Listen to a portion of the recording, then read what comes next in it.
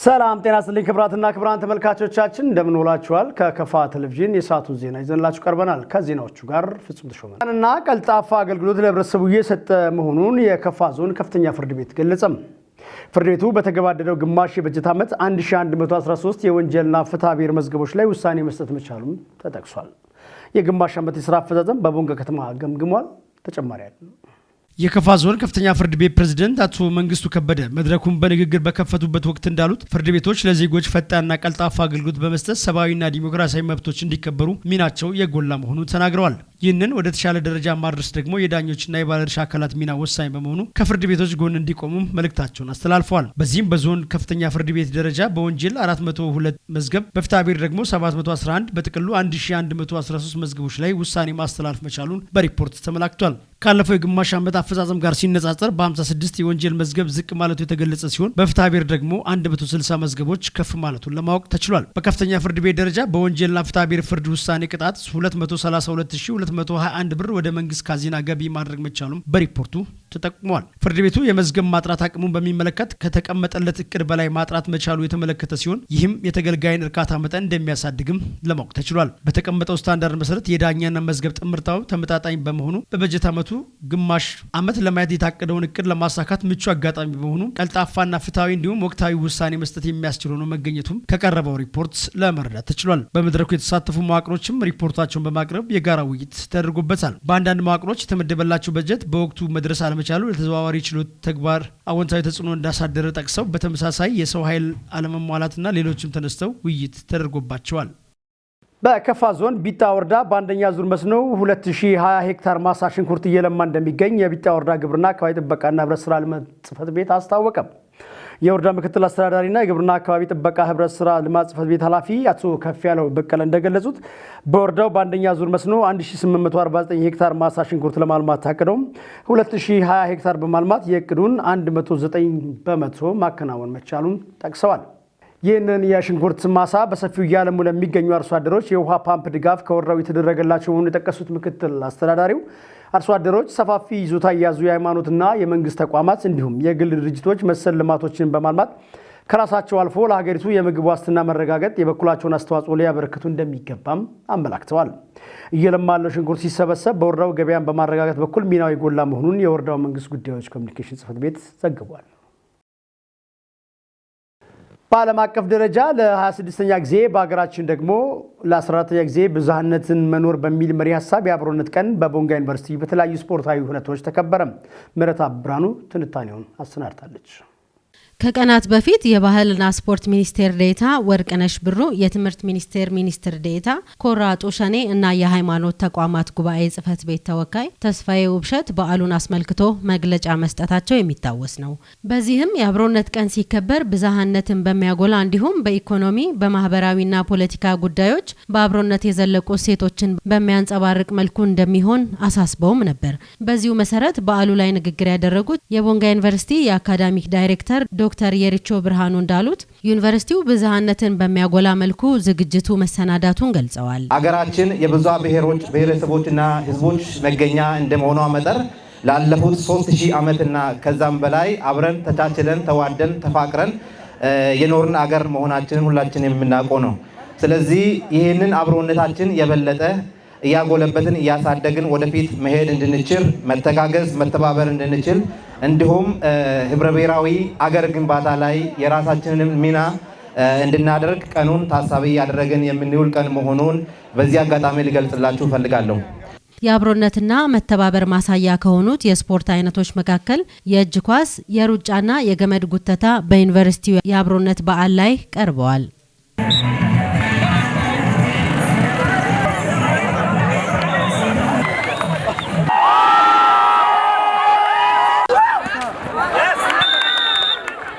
የደቡብ ምዕራብ ኢትዮጵያ ህዝቦች ክልል ብልጽግና ፓርቲ ቅርንጫፍ ጽሕፈት ቤት የ2016 ዓ.ም የሀብት ልማት ዘርፍ የ6 ወር ተግባር አፈጻጸም ግምገማ መድረክ በቦንጋ ከተማ አካሄደ።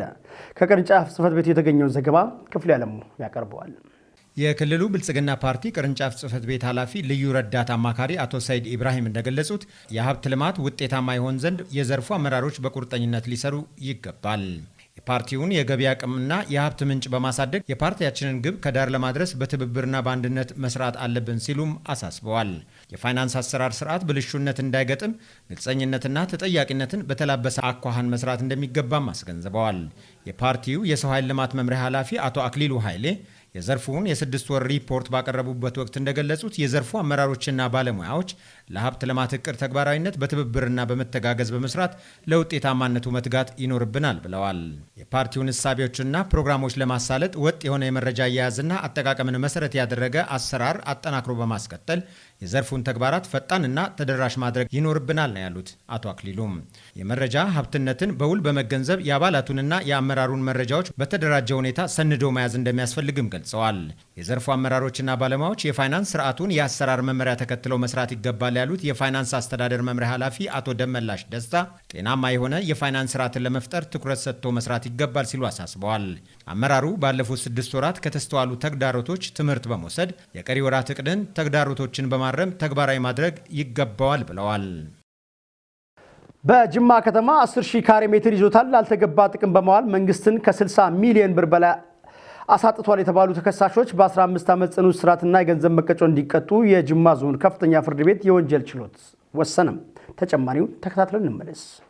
የቅጣት ውሳኔው የተላለፈባቸው ተከሳሾች የጅማ ከተማ ማዘጋጃ ቤት የቀድሞ ፕላንና መሬት አስተዳደር ኃላፊ ሼራብ አባ መጫ አባ ጎጃምና የጅማ ከተማ የቀድሞ ጤና ጽህፈት ቤት ኃላፊ አወል አባ መጫ አባ ብልጉ ናቸው። የጅማ ከተማ ፖሊስ መምሪያ ተከሳሾችን በቁጥጥር ስር አውሎ የተለያዩ የሰውና የሰነድ ማስረጃዎችን በማሰባሰብ የምርመራ መዝገቡን ለኦሮሚያ ክልል ጅማ ዞን አቃቤ ሕግ አስረክቧል። አቃቤ ሕግም ተከሳሾችን በ1996 ዓ.ም የወጣውን የፌዴሪ የወንጀል ሕግ አንቀጽ 32 ንዑስ ቁጥር 1 ሀና ለአንቀጽ 407 ንዑስ ቁጥር 3 ስር የተመለከተውን ድንጋጌ ተላልፈዋል በማለት መጋቢት 26 ቀን 2015 ዓ.ም ተደራራቢ ክስ አቅርቦባቸዋል። በክሱ ላይ እንደተመለከተው ተከሳሾቹ በቁጥጥር ስር ያዋለው በክስ መዝገቡ በሶስተኛ ተራ ቁጥር ከተጠቀሰው የጅማ ከተማ የመሐንዲስ መሪ ከነበረው ሰኢድ አብዩ ነጋኦ ከተባለ ተከሳሽ ጋር በጥቅም በመመሳጠር ሁለተኛ ተከሳሽ በወላጅ እናቱ ስምና ፊርማቸውን አስመስሎ በመጠቀም 10,000 ካሬ ሜትር ይዞታ እንዲሰጣቸው ጥያቄ ያቀረበ በማስመሰል ማመልከቻ ማስገባቱ ተጠቅሷል። በማመልከቻው መነሻነት አንደኛ ተከሳሽና ሶስተኛ ተከሳሽ በጋራ በመሆን 1 ካሬ ሜትር በ1 ብር ከ50 ሳንቲም በሊዝ የተሰጠ አስመስለው ለሁለተኛ ተከሳሽ በጊንጆ ጉድሩ ቀበሌ 10,000 ካሬ ሜትር ይዞታ እንዲወስድ ማድረጋቸው በክሱ ተገልጿል። በተጨማሪም ለክሊኒክ ግንባታ በሚል በሶስተኛ ተከሳሽ ፕላንና ካርታ አዘጋጅነት በአንደኛ ተከሳሽ አጽዳቂነት መስጠታቸውም ተዘርዝሯል። በአጠቃላይ ይዞታው በሊዝ ቢሸጥ ኖሮ ሊገኝ የሚችለውን ከ60 ሚሊዮን ብር በላይ ገንዘብ ማሳጣቱ በክሱ ተጠቅሷል። በዚህ መልኩም ፍርድ ቤት ቀርበው የቀረበባቸውን ክስ የተከታተሉት አንደኛና ሁለተኛ ተከሳሾች ወንጀሉን አለመፈጸማቸውን ጠቅሰው በሰጡት የእምነት ክህደት ቃል መነሻ ፍርድ ቤቱ በአቃቤ ሕግ የቀረቡ የተለያዩ የምስክርና የቃል እንዲሁም የሰነድ ማስረጃዎችን ተመልክቷል። የቀረበባቸውን ማስረጃ እንዲከላከሉ ብይን የተሰጣቸው ተከሳሾች የአቃቤ ሕግ ማስረጃን በተገቢው ማስተባበል ባለመቻላቸው በተከሰሱበት ድንጋጌ የጥፋተኛነት ፍርድ ተላልፎባቸዋል። ፍርድ ቤቱ በአቃቤ ሕግ በኩል ተከሳሾች ወንጀሉን በጥቅም በመመሳጠር የፈጸሙ መሆኑ ተጠቅሶ የቀረበውን የቅጣት ማክበጃና ተከላካዮቹ የቤተሰብ አስተዳዳሪና የቀድመ ወንጀል ሪከርድ እንደሌለባቸው ያቀረቡትን የቅጣት ማቅለያም ይዞላቸዋል። በዚህም ፍርድ ቤቱ ታህሳስ 24 2016 ዓ.ም በዋለው ችሎት ተከሳሾቹ እያንዳንዳቸው በ15 ዓመት ጽኑ እስራትና በ20,000 ብር የገንዘብ መቀጮ እንዲቀጡ መወሰኑን የጅማ ከተማ ፖሊስ መምሪያ የኮሚኒኬሽንና ሚዲያ ዲቪዥን ኃላፊ ምክትል ኮማንደር ገዛኛ ጉቾ መግለጻቸውን ፋና ብሮድካስቲንግ ኮርፖሬት ዘግቧል። አሁን ወደ ስፖርት ዜና አለፍን። ኢትዮጵያዊ የመስመር አጥቂ ሽመልስ በቀለ ከ15 ዓመታት በላይ የኢትዮጵያ ብሔራዊ ቡድን ግልጋሎት በኋላ ራሱን ከኢትዮጵያ ብሔራዊ ቡድን ማግለሉን ይፋ አደረገ። የመስመር አጥቂው የእግር ኳስ ጅምሩን ሐዋሳ ከተማ አደረገ ሲሆን በኋላም በቅዱስ ጊዮርጊስ ቆይታ አድርጎ የኢትዮጵያ ፕሪሚየር ሊግ ክብርን ከክለቡ ጋርም አሳክቷል። ከሀገር ውጭም በሊቢያ ለኢትሃድ እና ለሱዳኑ አልሜሪክ መጫወቱ የሚታወስ ነው። በቀጣይም ወደ ግብጽ በማቅናት ፔትሮጀክት፣ ኤልጉና፣ ማስሪ ኤልማካሳ እና ኤንፒፒአይ ተጫውቶ አሳልፏል። ከ10 ዓመታት የውጭ ቆይታ በኋላ ወደ ሀገሩ በመመለስ መቻልን የተቀላቀለው ሽመልስ ከ15 ዓመታት ካሳለፈ የኢትዮጵያ ብሔራዊ ቡድን ግልጋሎት ራሱን ማግለሉን አስታውቋል። ሽመልስ በብሔራዊ ቡድን ግልጋሎቱ 83 ጨዋታዎችን በማድረግ 16 ግቦችን ያስቆጠረ ሲሆን 13 ለግብ የሚሆኑ ኳሶችን አመቻችቶ ማቀበል መቻሉም ተመላክቷል። ዘገባው የፋና ብሮድካስቲንግ ኮርፖሬት ነው። በሌላ ስፖርት ዜና ፖርቹጋላዊ ኮከብ ክርስቲያኖ ሮናልዶ የ2023 ማራዶና ሽልማትን አሸነፈ። ክፍሌ ዓለሙ የአልአይንን ዘገባም ተከታትሎታል። باتجاه غريب باتجاه الجول بيسدد الله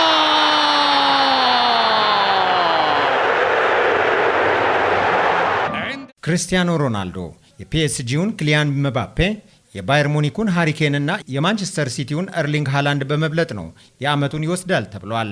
የማራዶና አዋርድ በዱባይ ስፖርት ምክር ቤት ድጋፍ በየዓመቱ ድንቅ ብቃት ላሳዩ ተጫዋቾች የሚበረከት ሽልማት ነው። የሳውዲው አልናስር ክለብ ተጫዋቹ ሮናልዶ በ2023 የፈረንጆቹ ዓመት 59 ጨዋታዎችን በማድረግ 54 ጎሎችን አስቆጥሯል። በ2017 ለስፔኑ ክለብ ሪያል ማድሪድ ሲጫወት ካስቆጠራቸው ጎሎች በአንድ የሚልቅ ጎል ለአልናስር ያስቆጠረው ሮናልዶ በሳውዲ ስኬታማ ቆይታ በማድረግ ላይ ይገኛል። የሮናልዶ ተፎካካሪዎች ምባፔ በ53 ጨዋታዎች 52 ጎል፣ ሃሪኬን በ57 ጥር ወር 2023 ከማንቸስተር ዩናይትድ ወደ ሳውዲው አልናስር የተዘዋወረው ፖርቹጋላዊ አጥቂ የሳውዲ ፕሮ ሊግ ድምቀት ሆነዋል። የ38 ዓመቱ ተጫዋች ወደ መካከለኛው ምስራቅ ሲያመራ በዓለም አቀፍ መድረክ ምርጥ ተጫዋች ሆኖ ለመፎካከር ይከብደዋል ያሉት ብዙዎች ቢሆኑም ሮናልዶ ለአልናስር እስካሁን በተሰለፈባቸው 50 ጨዋታዎች 44 ጎሎችን በማስቆጠር አይበገሬነቱን አሳይቷል። ክርስቲያኖ ሮናልዶ በክለብና በዓለም አቀፍ ውድድሮች 873 ጎሎችን በማስቆጠር የምንጊዜም ጎል አስቆጣሪ ክብርን እንደያዘ ነው። ሮናልዶ ሮናልዶ ሮናልዶ